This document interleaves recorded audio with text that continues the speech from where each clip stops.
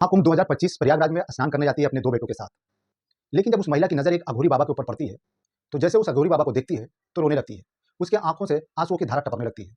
पास में खड़े उसके 2 बेटे अपनी माँ को जब रोता हुआ देखते हैं, तो उनके आँसुओं को पोंछते हुए बोलते हैं कि माँ, तू ऐसे कैसे रोने लगी? आखिर यहाँ पे तुझे ऐसी क्या तकलीफ होने लगी? तू तो आई थी गंगा स्नान करने इतनी हँसी-खुशी से हम लोगों को साथ में लेकर आई थी। अभी तुझे ऐसा क्या सूझ गया कि तू रोने लगी? तो अपने बच्चों को समझाते हुए बोलती है कि बेटा, वो जो सामने अघोरी बाबा हैं, वो तुम्हारे पिता हैं।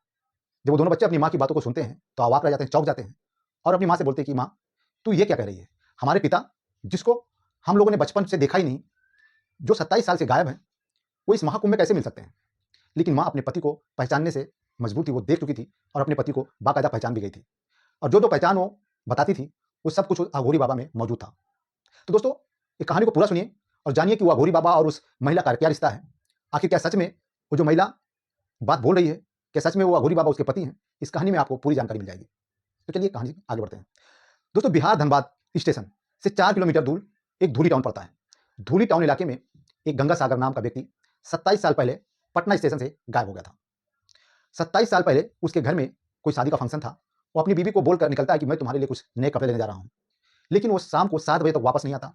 बीवी परेशान होने लगती है, उसके घर वाले, उसके परिजन सब परेशान होने लगते हैं कि आखिर गया तो गया कहाँ? उस पत्नी के पेट में 6 महीने का गर्भ था और उसका एक 2 साल का बेटा था। ऐसी स्थिति में छोड़कर उसका पति अपने परिवार को छोड़कर हमेशा-हमेशा के लिए गायब हो गया था। घर वालों ने बहुत ज़्यादा ढूँढने की कोशिश की, बहुत तलाश की, लेकिन जब गंगा सागर कहीं नहीं मिलता है, तो घर वाले उसको भूलने की कोशिश करने लगते हैं। 27 सालों तक एक महिला अपने माँग में सिंदूर भरती है। उसको पता था कि मेरा पति ज़िंदा है। वो इसी विश्वास के साथ अपनी पूरी ज़िंदगी काटती है और अपने 2 बच्चों को अकेला पालती है। लेकिन जब अचानक उसको खबर मिलती है कि उसका पति एक अघोरी बाबा बन गया है, तो उसको अपने कानों पे विश्वास नहीं होता। वो उस जगह पे जाकर उस अघोरी बाबा को देखने की कोशिश करती है और वो देखती ऐसी है कि महाकुंभ प्रयागराज में एक अघोरी बाबा बैठे थे और लोगों को आशीर्वाद दे रहे थे। उस देवी टाउन का एक व्यक्ति महाकुंभ प्रयागराज में स्नान करने गया था और जैसे उस अघोरी बाबा पे उसकी नज़र पड़ती है, तो उसका वीडियो और फ़ोटो निकाल लेता है। फ़ोटो और वीडियो निकालने के बाद वो गाँव में एक अपने सुनील यादव नाम के एक दोस्त के पास भेजता है। उसको भेजने के बाद बोलता है कि देख, ये तेरे बड़े भाई हैं क्या? जिनका नाम गंगा सागर है। जब सुनील यादव अपने भाई की फ़ोटो देखता है जो अब अघोरी बाबा बन गए हैं, वो अपने परिवार वालों को वो फ़ोटो दिखाता है, वीडियो दिखाता है, तो लोग उसको देखने के बाद लोगों की आँखों में आँसू आते हैं और वो आँसू खुशी के थे। उनको क्या पता था कि 27 साल पहले जिस व्यक्ति को हम लोगों ने भूलने की कोशिश की, उनको मरा हुआ समझ लिया, वो अभी तक ज़िंदा है। परिवार अपनी पूरी फैमिली के साथ, बीवी, बच्चे सबको एक साथ लेकर प्रयागराज महाकुंभ में पहुँच जाते हैं और वहाँ पे पहुँचने के बाद उस व्यक्ति से संपर्क करते हैं, जिसने वीडियो और फ़ोटो भेजा था।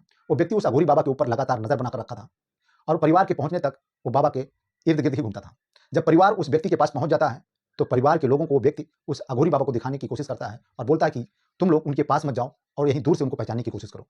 तभी एक बेटा जिसकी उम्र 28 साल हो गई है, जिसका नाम कमलेश है, वो उस अघोरी बाबा के कान में जाकर बोलता है कि पापा, ये सब क्या कर रहे हो? तब अघोरी बाबा जब कानों में ये आवाज़ पहुँचती है, तो अघोरी बाबा उस लड़के को बोलते हैं कि मैं किसी का पिता नहीं हूँ और ना ही मेरा कोई पुत्र है।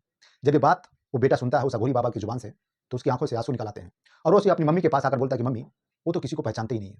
आखिर ऐसा कैसे हो सकता है? क्या उनका दिमागी हालत ठीक नहीं था?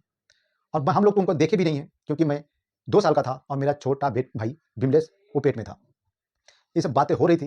वो पत्नी ज़ारों कतार रोए जा रही थी। उसके घर के उसके जितने भी लोग थे, उस अघोरी बाबा से जाकर बार-बार प्रार्थना कर रहे थे और वो अपनी पहचान बताने के लिए बोल रहे थे। लेकिन अघोरी बाबा किसी को पहचानने से मना ही कर रहे थे।